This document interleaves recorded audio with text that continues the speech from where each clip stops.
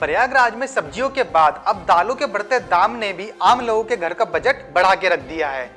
शुरुआत चना दाल से हुई, इसके बाद अब अरहर, मूंग, उड़द दाल के दाम बीते एक माह के दौरान बढ़ गए हैं। सरसों के तेल और रिफाइंड ने भी इन दिनों तेजी पकड़ी हुई है। थोक मंडी कारोबारियों का कहना है कि बीते एक माह के दौरान दाल की आवक कम हुई है। चना महंगा होने से चना दाल पर असर आया है। एक माह पूर्व फुटकर में चना दाल 55 रुपए किलो में उपलब्ध थी, इसका दाम अब बढ़कर 70 रुपए किलो तक पहुंच गया है। मेरठ में रामराज खादर क्षेत्र में धान की फसल को झुलसा व हल्दी गांठ रोग दिन प्रतिदिन बढ़ता ही जा रहा है, जिसके चलते धान की फसल की पत्तियां पीली होकर झुलस रही हैं। किसान दवा का छिड़काव कर रहे हैं, लेकिन वह भी काम नहीं कर रही है, जिससे किसानों के माथे पर चिंता की लकीरें साफ देखी जा सकती हैं। बारिश ने कई वर्षों बाद किसानों का पूरा साथ दिया, जिसके परिणाम स्वरूप इस बार धान की फसल अच्छी है, लेकिन धान में झुलसा व हल्दी गांठ के प्रकोप ने किसानों की नींद उड़ा के रख दी है। चालू खरीफ सीजन में बुआई में हुई बढ़ोतरी से राजस्थान में मूंग का उत्पादन अनुमान 19.15% ज्यादा है। मोठ की बुआई में हालांकि कमी हुई है, लेकिन राज्य सरकार ने उत्पादन अनुमान बढ़ाया है। उड़द के उत्पादन में कमी आने की आशंका है। राज्य के कृषि निदेशालय द्वारा जारी अग्रिम अनुमान के अनुसार फसल सीजन 2020-21 में खरीफ में दलहन की प्रमुख फसल मूंग का उत्पादन बढ़कर 14.31 लाख टन होने का अनुमान है, जबकि पिछले साल राज्य में 12.01 लाख टन का उत्पादन हुआ था। घरेलू बाजार में आवश्यक जिंसों के मूल्यों में भारी उतार चढ़ाव की निगरानी के लिए गठित मंत्री समूह की नजर दाल बाजार पर बराबर टिकी रहती है। चालू खरीफ सीजन में अरहर, उड़द और मूंग प्रमुख दाल दलहन फसलें हैं। बाजार के ताजा रुख को देखते हुए इन फसलों का बुआई रकबा इस बार पिछले साल के मुकाबले तकरीबन 5% अधिक हुआ है।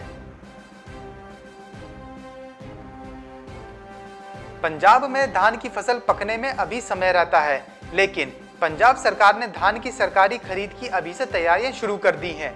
पंजाब कैबिनेट ने फैसला लिया है कि इस बार धान की सरकारी खरीद ऑनलाइन होगी। यह खरीद 1 अक्टूबर से शुरू होगी। बाकायदा इसको लेकर सरकार ने www.anajkhareed.in का ऑनलाइन पोर्टल लॉन्च भी किया है। इस पोर्टल पर धान खरीद करने वाली एजेंसी, व्यापारी और बेचने वाले किसान का रिकॉर्ड अपडेट होगा। कितना धान पहुंचा है, कितनी खरीद हुई है, किसने खरीदा है, कितनी लिफ्टिंग हुई है, यह भी ऑनलाइन पोर्टल में दर्ज होता रहेगा। खाद्य तेलों की उत्पादकता बढ़ाने के लिए पाम ऑयल पर जोर दिया जाएगा। मौजूदा समय में खाद्य तेलों की घरेलू खपत का 70% आयात करना पड़ रहा है। इसमें 80% हिस्सेदारी पाम ऑयल की है। देश में अभी करीब 3.5 लाख हेक्टेयर क्षेत्र में पाम की खेती हो रही है, जिसे बढ़ाकर 19 लाख हेक्टेयर करने की योजना है। वर्ष 2018 में किसानों ने वैश्विक बाजार के लिए करीब 7.70 करोड़ टन पाम का उत्पादन किया, जिसे वर्ष 2024 तक 10.76 करोड़ टन तक पहुंचाने का अनुमान लगाया जा रहा है। यूपी के जालौन में इस वर्ष खरीफ की फसल में तिल की फसल सबसे अच्छी है। बीते 15 दिनों से लगातार फसल बढ़ रहे कीटों से किसान परेशान हैं। किसानों की शिकायत पर कृषि विभाग की टीम ने मुसमरिया में तिल के खेतों में परीक्षण किया। कीट पतंगा व कैटरपिलर का प्रकोप पाया गया, जो फसल को पूरी तरह से नुकसान पहुंचाता है।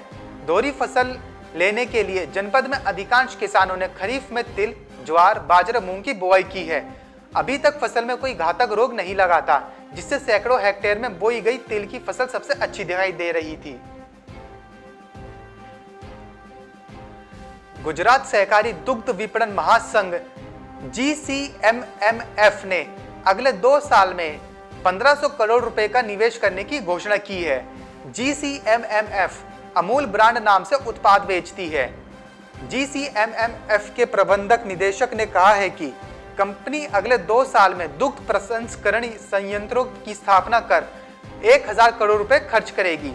इसके अलावा 500 करोड़ रुपए नए उत्पादों मसलन खाद्य तेल की सुविधाओं पर खर्च किए जाएंगे। छत्तीसगढ़ के भिलाई में पिछले दिनों हुई भारी बारिश से नदी किनारे की बाड़ियों और खेतों में भारी नुकसान हुआ है। टमाटर, सोयाबीन व अन्य सब्जी 70% तक बर्बाद हो चुकी हैं। वहीं 750 एकड़ में धान की फसल को भी नुकसान पहुंचा है। कृषि विभाग और उद्यानिकी विभाग की रिपोर्ट में इसका खुलासा हुआ है। सबसे अधिक नुकसान टमाटर की फसल को हुआ है, जबकि दुर्ग के धमदा क्षेत्र में ली जाने वाली टमाटर की फसल की सप्लाई देश से लेकर विदेशों तक है। लगातार तेज बारिश होने से हरियाणा के रानिया क्षेत्र के अनेकों गांवों के किसानों को भारी नुकसान हुआ है। उनकी लहलहाती नरमा कपास व धान के खेत पानी से लबालब भर चुके हैं। अत्यधिक बारिश हो जाने से फसलों का नुकसान अधिक होने के आसार बन गए हैं। इस बारिश की वजह से अधिकतर किसानों के खेत पानी से भर चुके हैं। किसानों ने धान व नरमा की फसलों में काफी खर्चा किया था। Bureau report, market times TV.